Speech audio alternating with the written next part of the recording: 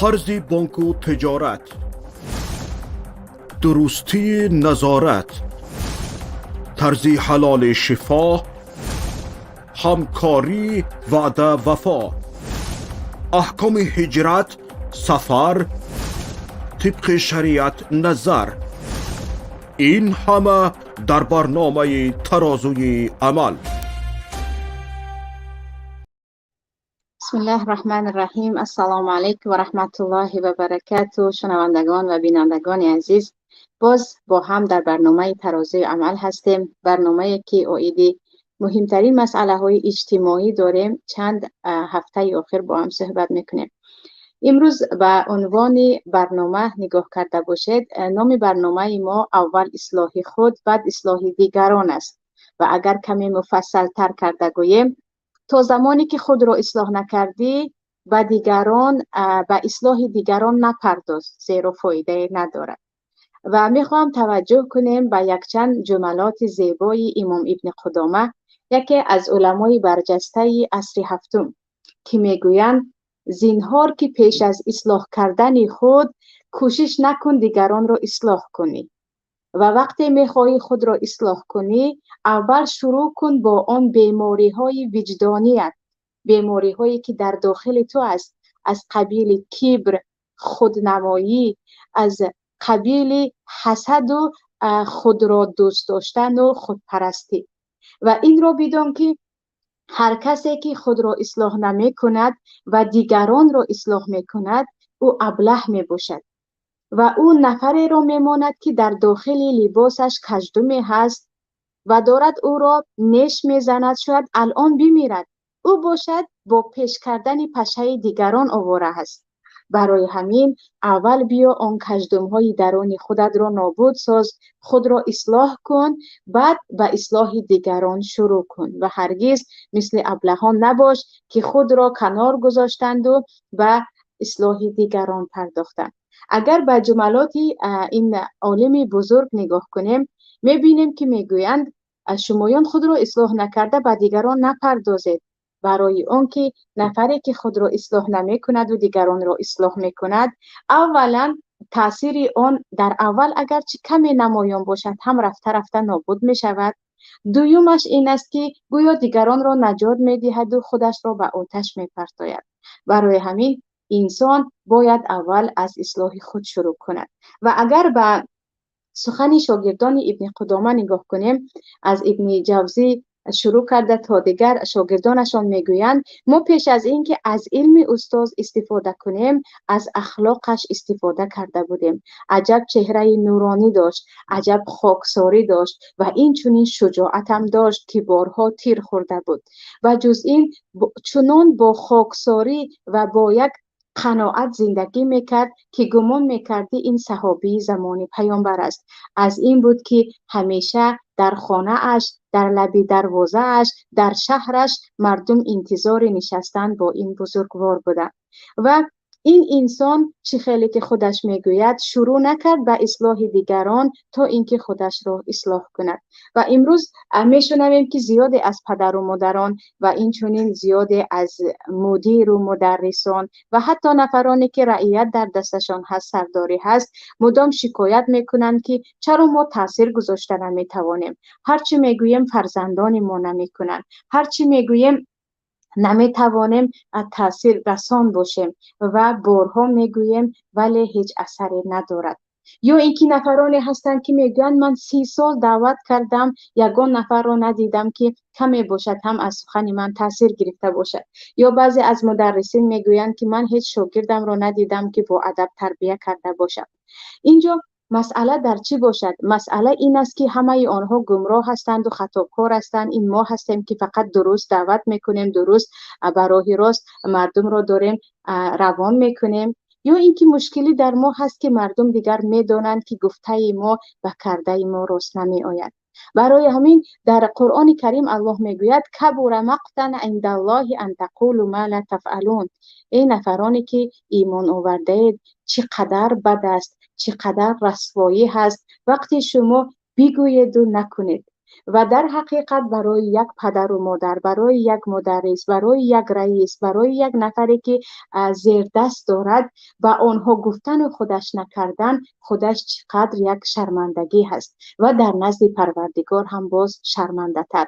و اگر به آیت های قرآن کریم نگاه کنیم، آره دین ما مسلمان ها دین فردی نیست. ما باید در دنیا همدست و جماعت باشیم. از این جاست که ما نماز جمعه داریم، از این جاست که ما نماز عید داریم و حج داریم، نمازهای جماعت داریم، تا اینکه مردم دست جمع با هم باشند. و بارها در قرآن کریم آمده است که و تعاونوا علی البر و التقوی، شما به همدیگر کمک کنید در مسئله به همدیگر یاردم کردن، در مسئله پرهیزگار و رستگار بودن. ولی در مسئله آخرت علیکم انفسکم، از شما فقط تنها میمونید، تنها سوال و جواب میکنید. لیکن در دنیا باید مسلمان ها با هم باشن. ولی این معنیش این نیست که همیشه اولا شروع کنیم برای اصلاح جماعت. برای اون که اگر به آیت ها نگاه کنیم، به زندگی پیامبر نگاه کنیم، به زندگی هر نفری که تاثیرگذار بود نگاه کنیم، آن نفر اولا خودش را ساخت. و آیتی که الله میگوید کو انفسکم و اهلیکم نارا، شما خودتان و خانواده خودتان را از آتش جهنم نجات دهید. میبینید که پروردگار اولا میگوید انفسکم، یعنی خودتان. پیش از اینکه خودت را اصلاح نکردی، خودت مستقیم نشدی، هرگز گمان نکن که فرزندان خود را میتوانی اصلاح کنی، میتوانی خویش و تبار خود را اصلاح کنی. و جای اینکه بگویی فرزندم تو باید این را کنی آن را کنی، فرزند باید این باشد آن باشد، یا به جای اینکه نفرانی که زیر دست دارن همیشه مدام به آنها امر معروف کنند و یا اینکه به آنها نصیحت کنند، یکی باید به خود نگاه کنند که آیا خودشان اهل همین نصیحت هستند، آیا خودشان اولا این کارها را کردن یا نه. وگرنه چه بسا زیاد نفرانی هستند که همیشه میگویند و گویا که برای آنها کیها الکی کفالت شده است که شما رستگار هستید، شما خطاگی ندارید، دیگر شما به اصلاح دیگران باشید. و به عهده خود اصلاح جماعت را گرفتن، برای خود تربیه یک نسل بزرگ را گرفتن، و عهده خود یک رعیت بزرگ را گرفتن، در حالی که خودشان صفر هستند. اگر به زندگی شخصیت نگاه کنید، نه از امر دنیا نه از امر آخرت چیزی را در او نمیبینید. باز هم شکایت دارد که چرا من تاثیرگذار نیستم. و عجیبش این است که عزیزان، وقتی ما به تاریخ دین ما نگاه میکنیم، اسلام 1300 سال در روی زمین خلافت داشت. 1300 سال. همین آخرین خلافت سال 1924 برهم زد. تا سال 1924 اسلام خلافت خودش را داشت. البته در داخل بعضی مشکلی ها بود، اما خلافت داشت. ولی پیدایش دولت را نگاه کنیم، اگر پیامبر در جای به دنیا آمدن که اصلا دولت وجود نداشت، نه در مکه، نه در مدینه، نه در نیم جزیره عرب. یعنی عربستان سعودی امروزه که جای تولد پیامبر است، وطن پیامبر است، کشور نبود. فقط در هر کجا قبیله زندگی میکردن، نه پادشاه داشتن، نه وزیر داشتن، نه سرقانون داشتن، نه یگان معامله های بین دولتی داشتن. یعنی پیامبر صلی الله علیه و سلم از هیچ چیز، از قبیله یک دولت بنیاد کردن، اون هم دولتی که در تاریخ دنیا پایدارتر و قویتر 1300 سال همچون یک قوه بزرگ حکمرانی کرد. و تمام غرب و مغرب و مشرق وقتی صدای خلافت اسلامی به گفت خودشان امپراتور اسلامی رو میشنیدن، ببخشید امپیر اسلامی رو میشنیدن، به لرزه می در آمدن. ببینیم که پیامبر چگونه توانستند. یعنی حتی به مورخین، کدام مورخی که حتی غیر مسلمان نباشد نگاه کنید، با یک تعجب از پیامبر می نویسد که یک نفر در یک جای به دنیا آید که اصلا دولت وجود ندارد و یک دولت بسازد که 1300 سال بتواند آن دولت در روی زمین حکمرانی کند. البته شاید بعضی ها پیدا شوند که بگویند مسلم احمدی از کدام دولت میگوید، مگر نمیبینی مسلمان ها چه احوال دارند؟ آره این همون دولتچه های 100 سال آخر است، وقتی مسلمان ها دیگر از خود رفتند و فراموش فراموش کردند که هستند و چی هستند. لیکن از 100 سال پیشتر رو نگاه کنیم، آن 1100 سال خلافت ها رو نگاه کنیم که دور به دور اگرچه بعضی مشکلی ها در حقیقت در داخلش باشد هم که البته انسانیت هست، ولی بود و پیدایشش از کجا بود. و میبینیم که پیامبر صلی الله علیه و سلم چه شخصیتی بودند که توانستند این چیز رو بنیاد کنند. و یک نفر برای بنیادش که بنیاد از شخصیت می شود، از عائله می شود، بعد از جامعه می شود، از اطراف می شود، چگونه باید بنیادگر باشد؟ آیا بنیادگری فقط به گفتن است؟ آیا با جبر و ظلم و ترسانیدن است؟ یا به دشنام و تحقیر کردن است؟ یا آنجا فطرتی سلیمی هست، اخلاق و وجدان پاک هست که انسان را از بردگی می تواند به شاهی بکشاند؟ و عرب های بادیه نشین را همهشان را برد و تخت نشین کرد که حتی ملک فارس و روم از آنها می ترسید. و به اینجا می نگریم که پیامبر صلی الله علیه و سلم طول 13 سالی که در مکه بودند یگان فکر درباره ساختن دولت نبود و پیامبر همیشه برای پاکیزه کردن نفس مسلمان ها امر معروف می کردند و آیت ها هم محض برای همین نازل می شد که شما باید دروغ نگویید، حق یتیم را نخورید، مال مظلوم را نخورید و حتی در برابر شدائد صبر کنید و دشنام نکنید اگرچه کافر باشد تا زمانی که به شما ظلم نکرد ظلم نشود. یعنی عموما در تربیه مسلمان ها بودن. بعد از اینکه مسلمان ها کاملا تربیه یافتند و گفتیم اخلاقا وجدانا کاملا به کمال رسیدن، شروع شد مرحله دولت ساختن. و ببینید به خلافت ابوبکر صدیق، به عمر، به عثمان، به علی، بعد از این به عمر ابن عبدالعزیز و بعضی از خلفای بنی عباس میبینیم که یک خلیفه در یک خانه زندگی میکند که خانه خاکی هست. خلیفه فقط قوت یک روزش رو دارد. خلیفه فقط یک لباس دارد.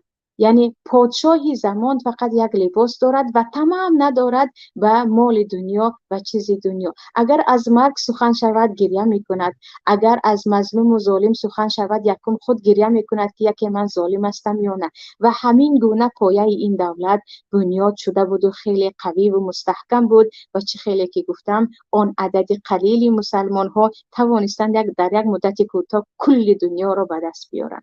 و این هم از آن بود که آنها اول به اصلاح نفس خود شروع کرده بودند، نه به اصلاح دیگران. نه اینکه گفتن که شما این کنید این کنید، نه، اول من باید خودم چیکار کنم، چی مشکلی های در داخل من هست. و انسان تا زمانی که وجدان خود را پاک نمی سازد، نفس خود را پاک نمی سازد، هر لحظه می تواند بلغزد، هر لحظه می تواند مال دنیا را ببیند و از پای مال دنیا برود، هر لحظه می تواند یگان مسئله های دیگر شهوانی را ببیند و به آن طرف رود.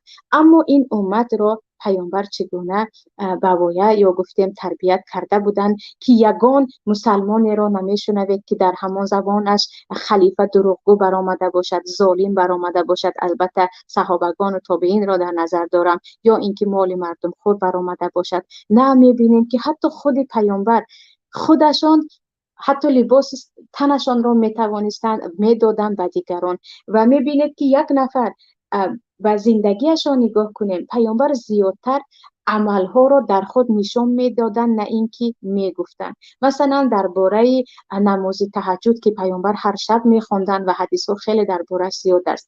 در جایی نمیشنوید که پیامبر امر کرده باشند که من هر شب نماز تهجد میخوانم، همه شما باید بخوانید. پیامبر صلی الله علیه و سلم هر چیزی که هر تنگه‌ای که به دستشان می آمد صدقه میکردند. حتی باری از نماز دویده میبرویند، میگویند دو تنگه در خانه مانده بود، من فراموش کردم، من نمیخوام در خانم هیچ یک تنگه بماند.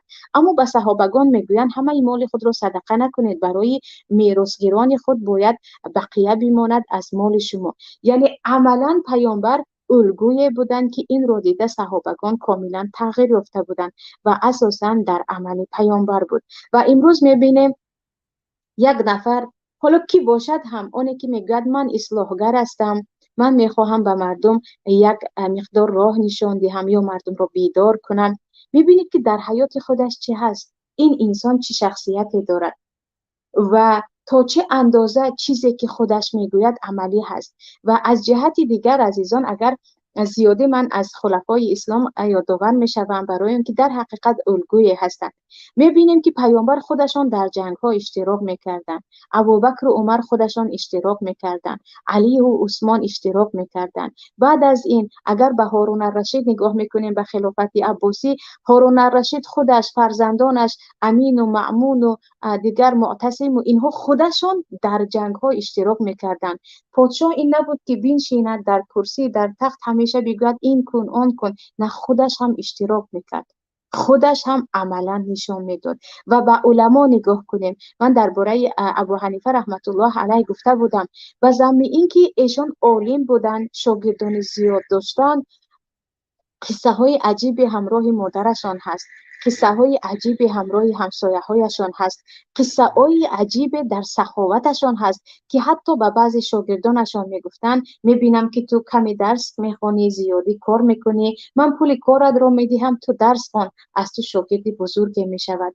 و علمایی که هم عصر خود بودن و میدونستن که شرایط خوب ندارد، پول میفرستادن، میگفتن برای یک عالم نباید که این گونه زندگی کند، ما باید دست تو رو بگیریم، نه اینکه فقط میخوندند و فتوا میدادن. و همین طور به علمای دیگر هم نگاه کنیم. ولی امروز میبینید خیلی انسان تأسف میخورد. یعنی یک نفر، یک برادر، یک خواهر میگوید من همیشه تیار هستم در راه الله، یا من همیشه تیار هستم برای وطن، اما یک ساعت وقتش را برای یک برادر مسلمان جدا کردن نمیتواند. از درآمدی که دارد از 1001 قسمش رو بگذاریم، از 101 قسمش را، از 1001 قسمش را نمیتواند برای این و یا آن برادر صدقه کند. و یا اینکه از آن خواب شیرینی که دارد نمیتواند حتی بعضیش یک ساعت پیش برخیزد و برای یاردم یکی از برادرش برود. کجا رسد این یاردم و صدقهات؟ نفرانی هستند که حتی نماز فریضه خود رو نمیخوانند. باز میگویند ما باید مسلمان ها این کنیم آن کنیم، و بعضی هستند میگویند باید به فلسطین رویم یا باید چیز دیگری کنیم. حالا که تو برای نماز حتی خسته نمیتوانی، حتی یک ساعت به خاطر پروردگارت، به خاطر اینکه ثابت کنی که یک مردی هستی که بالای تو میشود حساب کرد و کمک یک برادرت بروی، نمیتوانی از یک روزه خوراکت یا گفتیم از یک روزه لذتی که در حیاتت داری بگذری و بگویی امروزم رو من کاملا میبخشم در خدمت به خاطر این نفر یا در خدمت این یا آن برادری. یعنی این چیزها رو دیده نمیشود. و خیلی امید هم داریم که ما یک نسل هستیم که تغییر داده میتوانیم و یا امید داریم که تغییر میشود. البته نمیخوام کسی را ناامید کنم، ولی هرگز نباید فراموش کنیم ان الله لا یغیر ما بقوم حتی یغیروا ما بانفسهم. پروردگار یگان قومی را تغییر نمیدهد تا اینکه آنها خودشان نفسشان را تغییر دهند، خودشان را دگرگون کنند. و در تفسیرش یکی تفسیرش این است که نعمتی که الله به شما داد آن نعمت را نمیگیرد مگر اینکه شما خود گناه کنید یا اینکه قدر آن نعمت را نشناسید. دیگرش این است که شما در حالتی که هستید هرگز حالتتان دیگر نمی شود تا اینکه خودتان حرکت کنید، تا اینکه خودتان پیشروی نشان دهید. پس اینجا چی خیلی که گفتم فقط با گفتن نبود و با گفتن هم نمی شود. و در این مسئله زیاده مثلا بعضی ها هستن که ما باید صبر کنیم یا باید شجاعت کنیم، اما در تو آره صبر دیده شده است یا نه؟ در تو شجاعت دیده شده است یا نه؟ یا درباره دستگیری خودت شخصا در حیاتت دستگیری کردی که با مردم نه تا که ریا نشود، خودت در نزد پروردگارت در نزد وجدانت بگویی که من همین کارم را کردم، در مسئله سخاوت این گونه سخاوتمندم، در مسئله شجاعت این گونه شجاعت نشان دادم، در مسئله صبر این گونه صبر من هست. نه در خود این عمل ها نست، اما عجیبش در دیگران انتظاریم و خیلی میخواهیم که این چیز را در دیگران ببینیم. از همه بدترش زیادی ها هستند عزیزان، نفرانی هستند در بین ما علل خصوص جوان ها خیلی یک جوش خروش دارند یا گفتیم خیلی میخواهند کاری رو بکنند، اما بیخبر از این است که انسان کاری را اگر میخواهد بکند اول باید برای شخص خودش بکند، در حالی که حتی قدرت آن رو نداری که در یک روز نباید یک چند ساعت تلفنت رو به دست نگیری، یا اینکه ببخشید با نامحرم ها جرأت نداری که صحبت کردن را بس کنی و یا با زن و با دختر و با کسای دیگر، در حالی که میدونی که این چیز جایز نیست و ناموس دیگران است، یا اینکه نمیتوانی بالای آن دنیا پرستی یا بالای مادیات پرستیت از بحر یک تینت گذری. در این حال از کجا میتوانیم بگوییم که ما باید کاری رو بکنیم و این نشستن نمی شود؟ و چه خیلی که گفتم ساخته شدنی خود دولت ما، ساخته شدن یک جماعت بزرگ مسلمانی، آن هم 1444 سال پیش از این شروع شد که انسان ها به ساختن خودشان شروع کردند. اول خود را ساختن، بعد از این عائله خود را ساختن و تاثیرشان هم خوب شد. بعد از این جماعت تاثیر گرفت، بعد از این دولت ساختند و توانستند. اما مادامی که ما در این باره هرگز فکر نداریم درباره خودمون که من چیکار کردم، اینقدر از مردم طلبکار هستم، یا پدر و مادری که اینقدر از فرزند خود طلب میکنن، زیادی ها هستن، انتظاری های زیاد از فرزند خود دارن که فرزند من باید این شود، یا ببخشید خیلی معذرت میخوام، حتما باید فرزند من در یک سال حافظ قرآن شود، با زدن یا بزوری یا بزاری یا بزر بید کنم. اما خودت چی پدری عزیز؟ شاید یک باره قرآن حفظ نباشی در تمام عمرت، شاید قرآن خوانده نتوانی. مادران زیادی هم هستند باید به من این کند آن کند، اما خودت مادری عزیز به پدر و مادرت چیکار کردی؟ خودت در زندگیت کاری رو کردی که اینقدر انتظار هستی؟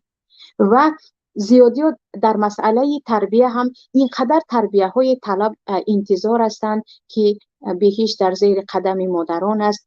شما باید مادر خود رو احترام کنید. آره، اما خودتان هم مادر خودتان رو احترام کردید؟ خودتان هم بهشتتان رو در زیر مادر، پای مادر کوفتید؟ یا اینکه فقط این چیز برای فرزندای شما هست اما خود فرزند بودن رو فراموش کردید که یک مادر و در عین زمان فرزند هم هست؟ از جهت دیگر چه خیلی که گفتم، اینجا وقتی که یک نفر را یک جماعت برای خود سردار میگیرن، یا برای خود استاد میگیرن، یا برای خود یک پیشوای میگیرن، زیادی استاد یا همان پیشوا فراموش میکند که او باید پیش از این که به آنها تاثیرگذار باشد کاملا خودش تغییر یافته باشد.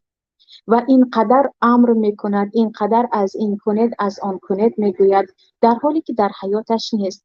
و عجیبش این است که عزیزان، وقتی که من خودم تا حال در طلب علم هستم، هر استادی را که دیدم که خیلی شاگردان زیاد دارد و پیروان زیاد دارد و با گفتن حتی گفته هم نمی شود که اینقدر محبوبان زیاد دارد که شاگردانش برایش جان فدایی میکنند، دیدم که خود استاد برای شاگردا جان فدایی میکند.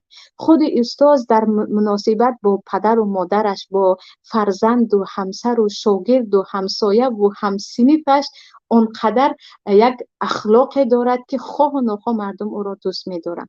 و هر استادی را که دیدم که در اطرافش فقط یک چند نفرانی مثل خودش هستند و از آن زیادی انسان ها نیستند، و اون هم هر کسی که به خودش مطابق است، میبینید که استادی که گفتنش دیگر هست، کردنش دیگر است. شاگردان اساسا از دهان او امر را میشنوند اما در عمل او چیزی را نمیبینند. درباره راست گفتن گپ میزند در حالی که خودش در یک سخنش چند تا دروغ میگوید. درباره امانت داری گپ میزند در حالی که در امانت ها بر علا خیانت میکند. و این چونین درباره حق همسر و زن و شوهر گپ میزند در حالی که همسرش همیشه از او شوکه هست. درباره فرزندها گپ میزند، درباره تربیت فرزند و فرزندهایش الکی تصمیم گرفتن که من بزرگ شدم مثل پدر نمیشوم. پس اینها از چی هست؟ در وقتی که میبینیم که عبدالله ابن عمر، فرزند عمر، همیشه عمر میگفت و میگفت من باید از پی پدر بروم. حسن و حسین شهید همیشه میگفتن ما از پی پدر میرویم، اگر پدر در راه الله قربان شد من هم باید قربان شوم، من باید با همان مسلک پدر بروم. و همین طور فرزندهایی هستند که کوشش میکنن مثل پدر باشن. اما اون کدام پدر است؟ پدری که همیشه در خانه امر میکند، پدری که همیشه میگوید این رو بکنی، فرزند باید این گوید این کند، یا پدری که از گفتنش پیشتر عمل دارد و فرزندها از عمل پدر حلاوت میبرند؟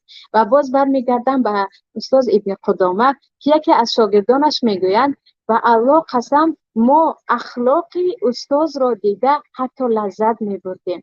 اون چهره بشاشی که داشت، اون خاکساری که با کودک ها گاهی شوخی میکرد، گاهی بازی میکرد، به همه چیز وقت میافت. ما اگر درس نخوانیم هم بارها میشد که فقط میخواستیم فقط مظهر استاد رو ببینیم و از آن لذت بریم. پس نفری که میخواهد اصلاح کند، علل خصوص شاگردان خود را یا فرزندان خود را، خودش باید ظاهرا با اخلاق خود اصلاح شده باشد. آره هستند، البته در پدر و مادر این چیز را دیده نمی شود، در بعضی از مدیر شرکت ها، در بعضی زیادی در معلمین، در استادها دیده می شود یک ساختکاری دارند. یعنی در خانه عموما دیگر انسان هستند، در بین طلبه ها خودشان را دیگر می گیرند، یا مدیر یا سردار در داخل خانه بیرون از همان جمعیت خودش دیگر انسان است، و داخل جماعت که در آمد کاملا در گفتار و در رفتار و در خوردن و در همه چیز خودش را تغییر میکند و ساختگاری میکند. یعنی ریاکاری محض است که گمان میکند با این ساختگاری او تاثیر میرساند، ولی خیلی که میدانیم آفتاب را بالا به دامن پوشیده نمی شود. یک روز، دو روز، یک سال، دو سال، عاقبت کی بودن تو را همه میفهمند، عاقبت شخصیت تو ظاهر می شود. برای همین تغییرات نفسی یا اصلاحات نفسی این ساختکاری نیست، یک تغییرات جوهری هست که انسان برای این خیلی مجاهده می کند، خیلی با این با خود می جنگد، با آن نفس اماره که همیشه او را به بدی امر می کند با آن می جنگد، با هزاران شیطان های اینس و جن و اطرافش می جنگد. در یک روز 100 بار خود را گشته و برگشته معاینه می کند. چگونه ای که بعضی ها در یک روز 1000 بار به فکرشون عیب دیگران می افتد، یا در خانه به عیب اعضای خانواده هزارها بار می بینند و می گویند که امروز باز این رو کردی اون رو کردی. اما نفری که می خواهد اول خودش رو اصلاح کند تا که جامعه رو اصلاح کند، 1000 بار به خود برمیگردد که انا باز امروز یک خطای دیگر، 2 خطای دیگر، 3 خطای دیگر کردم، انا باز من نمی کنم گفتم ولی باز این رو انجام دادم. انا در اینجا میبینید که یک انسان چه شخصیتی می شود. از آن انسانی که خودش را ساخته توانست می توانیم انتظار شویم که می تواند دنیا را بسازد. اما آنهایی که خود را ساخته نمی توانند، خود را اصلاح کردن نمی توانند، بدتر از این گمان می کنند که آنها اصلاحگر هستند، آنها اصلاح شدگان هستند. و اذا قیل لهم لا تفسدوا فی الارض قالوا انما نحن مصلحون، و آنها گفته شود که فسادکاری نکن، اونی که تو اصلاح میدانی فسادکاری هست، میگویند نه ما اصلاحگریم. یعنی نفرانی که هم اصلاح نمیکنند و هم اصلاح خودشان را نمیکنن، هم دیگران را باز فکر میکنن که آنها اصلاحگر هستند، وای که از دست اینها چه بلاهای نمی آید. و انا امروز شاید هر روز شما شاهد شوید در یوتیوب، علل خصوص که خیلی آسان شد دیگر برای مردم گفتن و شنیدن، میبینید که یک نفر با 30,000 یا اینکه 100,000 یا اینکه 10,000 از آنهایی که همراه اشتراک کننده کانال او هستند از این و از آن میگوید و پروا هم ندارد که این خودش کی هست. خودش فقط به خاطر خودش برای خودش چی کرده است در دنیا و دنیا رو چی میبیند، او از مرگ چی میداند، از زندگی چی میداند. نه از پای خود یک جماعتی کلان را گرفته میرود در حالی که خودش هنوز هیچ اصلاحی نشده است و اون جماعت چی میشده باشد.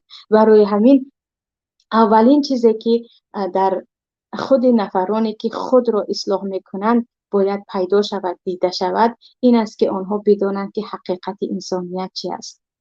یعنی انسانیت با آمدنش به دنیا چی کار میکند، چه هدف دارد، چگونه میرود. تا زمانی که حقیقت مرگ زندگی را ندانستیم ما خیلی به دنیا آرزوها و امیدها میبندیم. بعد از این هر یک انسان بداند که یک نفر، چه خیلی که گفتم در زمان پیامبر برای اصلاح خودش یک روز دو روز نه، بعضا سالها میرود. سالها می رود که انسان خودش را اصلاح کند. البته این معنیش این نیست که چیکار کنم، نه تماما از امروز خودم را دیگر قلف و کلید میکنم، به کسی چیزی نمیگویم، فقط خودم را تربیت کرده میگردم، فرزندم چی شود، پدر و مادر و یعنی اطرافیان من چی شوند، من دیگر به اصلاح خود پرداختم. البته منظور بنده این نیست، یعنی معنیش این نیست که تو خودت را اصلاح کنی دیگران را اصلاح کرده نمیتوانی، اما الکی که تو به عهده گرفتی یا گفتیم کمی شتابان برای اصلاح مردم شروع کردی، زیادی وقت رو باید برای اصلاح خود جدا کرد. و چگونه که عمر خطاب میگفتن خودتان را محاسبه کنید، حساب کتاب کنید پیش از آن که حساب کتاب شوید. و به الله قسم که من هر شب خود را محاسبه میکنم که ای عمر امروز چی کردی، به کی ظلم کردی، کی را رنجانیدی و چی کار کردی. و چیزی دیگر که درباره اصلاح باید اینجا بیان کنیم عزیزان، اگر به سوره عصر نگاه کنیم که زیادی از علما میگویند همین سوره برای کلی تغییرات کفایه است. الله میگوید والعصر ان الانسان لفی خسر الا الذين آمنوا وعملوا الصالحات. بعد از این و تواصوا بالحق و تواصوا بالصبر. الله به وقت قسم میخورد که شما بدانید که وقت خیلی میگذرد، ارزش دارد و اینقدر وقت خود را هدر نکنید. دویمش میگوید ان الانسان لفی خسر، انسان ها زیانکار هستند، انسان ها هر چی کنند هم زیان میبینند. چرا؟ هر چی داری، چقدر احترام را صاحب شدی، خانه و در را صاحب شدی و چیزهای دیگر را خواه و ناخواه مدتی تو خیلی محدود است، یا 70 سال یا 80 سال، بعضن 40 سال، بعضن 20 سال، یعنی مدتی محدود داری، خواه و ناخواه زیر خاک میشوی. گمان نکن که تو در این دنیا غالب میآیی. اما در دوامش الله میگوید ولیکن اینجا نفرانی هستند که پیروز شدگانند. نه همه خسران است، نه همه زیانکار است، بلکه نفرانی هم هستند که برد میکنند، پیروز میشوند. آنها که هستند اگر نگاه کنیم اولا میگن آمنو و عملوا الصالحات، ایمان آوردن و عملهای صالح کردن. فقط ایمان آوردن کافی نیست، باید عمل صالح هم شود. خودشان شخصا عملهای صالح کردن که از زکات و از صدقات و از مهربانی و از جسارت و از راستگویی. بعد از این که خودشان عمل صالح، اهل عمل صالح هستند و تواصوا بالحق و تواصوا بالصبر، دیگران را به حق دعوت کردن و به صبر کردن دعوت کردن و گفتن شما باید در راه حق باشید و صبر هم کنید که در راه حق شدی حتما به تو نیش و کنایه و تیر و بامب و هر چیز بالایت میافتد که باید صبر کنی. اگر به همین سوره کوتاهک نگاه کنیم عزیزان، الله هرگز شروع نکرد که اول باید دیگران رو اصلاح کنید بعدا شما خودتان، نه. اول گفت نفران، انسان‌های مؤمن اول باید ایمان بیاورند، ایمانی صادقانه به پروردگار و عملهای صالح در آنها باشه، بعدا شروع کنند. نه اینکه خودت هیچ عمل صالح نداری اینقدر از عمل صالح بگویی، خودت اصلا فراموش می شود نمازهایت، در داخل نماز با که داری صحبت میکنی فراموش میکنی، در خاطرت نیست که آخرین بار به خاطر الله به کی کمک کردی، در خاطرت نیست که آخرین بار به خاطر الله کی به نزد پدر و مادرت یک شب مهمان شدی یا اینکه آنها رو به مهمانی آوردی، در خاطرت نیست که با همسایه ها کی با تبسم با چهره گشاد صحبت کردی. امروز به مردم برای تواصل بالحق و تواصل بالصبر میکنی که ما اهل نصیحتیم، اگر نصیحت نکردیم مردم هلاک میشوند. آری بدون نصیحت قوم کلا هلاک میشود، اما نصیحتگر خودش باید اصلاح شود، در حیات او باید دیده شود که این نفر چی هست و کی هست، و تا اینکه مردم نگویند که این دروغین است برای نصیحتش پول میگیرد، برای همین این نصیحت میکند. یعنی البته نفران زیادی رو میدونیم میگویند که این نصیحتگر است چون پول میگیرد، نه اینکه این در حقیقت به خاطر مردم برای اصلاح جامعه کار میکند، این به خاطر پول این کار رو میکند. و البته اینجا فرق کلان است. یعنی پیامبر صلی الله علیه و سلم وقتی که آمدند و دعوت کردند همیشه میگفتند من از شما اجر نمیخواهم، من از شما پاداش نمیخواهم، فقط میخواهم شما نجات یابید. و این بود شعار مسلمان ها و این بود شعار صحابگان و تابعین و شعار علمای ربانی و شعار نفرانی که در حقیقت اصلاحگر هستند. این باید باشد که ما از این که محبت زیاد داریم و برادر و خواهران مسلمان و هموطنان خود ما میخواهیم کمی باشد هم به آنها آن چیزی که برایشان ناروشن است روشن کنیم، آن چیزی که نمیدانند بیاموزانیم، نه اینکه ما این کار رو میکنیم تا اینکه پول گیریم و بخوریم. و علمای ربانی هم چه خیلی که گفتم همیشه و پیامبران هم اساسی هدفشان مقصدشان این بود که مردم اصلاح شود، نه اینکه مردم اصلاح می شود و من از این پول می گیرم. و وقتی که هدف پول شد، هدف پول کار کردن شد، دیگر نه از نصیحتی ما نه از اصلاح گرایی ما یگان تاثیر میموند و یگان نتیجه نمیموند. برای همین میبینی که در راه حق است نفره، حتی بعضا مثلا من خیلی تعجب میکنم به نوانی که در روسیه است، در زندان است، اگر چه کافر است بگذار زودتر نجات یابد، برای آنکه در حقیقت یک انسان عدالت خواه است، یک انسانی هست که میخواهد به مردم کمک کند، از ظلم و از رژیم دیکتاتوری ببرد. میبینید که انسان دارد زندان می شود، در زندان است، اونقدر آرامانه صحبت می کند، هیچ ترسی نه در چشمش است، هیچ پشیمانی در ظاهرش نیست. برای آنکه این انسان اگرچه کاملا مسلمان نیست، هدف اصلیش کمک کردن به مردم است، تا حدی توان کرد نتوانست دیگرش را دیگر به حالش ماند. انا این گونه آنهایی که به خاطر الله اصلاح میکنند، به خاطر الله دعوت میکنند، اگرچه من هرگز مثل او نمیگویم، یعنی مسلمان هایی که یا تاجیک هایی که در بین ما خواهر و برادرانی که دعوت میکنن، اگر نتیجه نشد ما از این هرگز نباید برنجیم یا اینکه پشیمان شویم که چرا من این چند سالم رو در دعوت یا چند سالم رو برای مردمم صرف کردم. نه، ما این کار رو که خالصانه میکنیم و هدف ما کمک کردن به مردم است. اگر آنها پذیرفتن که پذیرفتن، اگر نپذیرفتن دیگر میدونیم که بعضی نفرها هدایت و بصیرت و دیدن نصیبی آنها نیست و اینجا یگان جایی نه تأسفش هست نه جایی ندامتش هست که چرا من اینقدر گفتم ولی نشد. اما آنهایی که به خاطر یعنی خیلی به خود باور کردن گویا که آنها میتوانند اصلاح کنند ولی نشد،